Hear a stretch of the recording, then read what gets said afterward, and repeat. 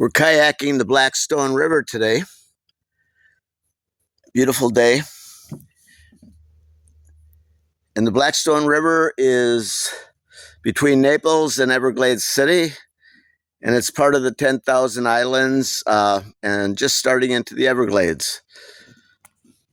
So anyway, just a gorgeous day. A lot of mangrove tunnels on this river. So I'm going to see if I can take us down the river and check out these mangrove tunnels. It's a little tricky paddling with one hand.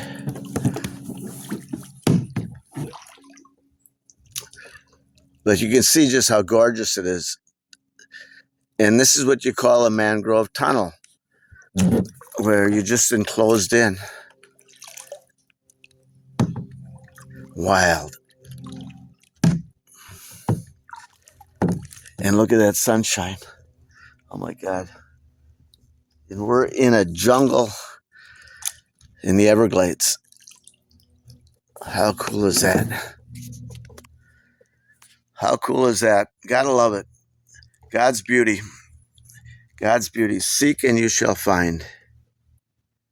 Oh my God. And I haven't seen anybody back here. All alone. All alone.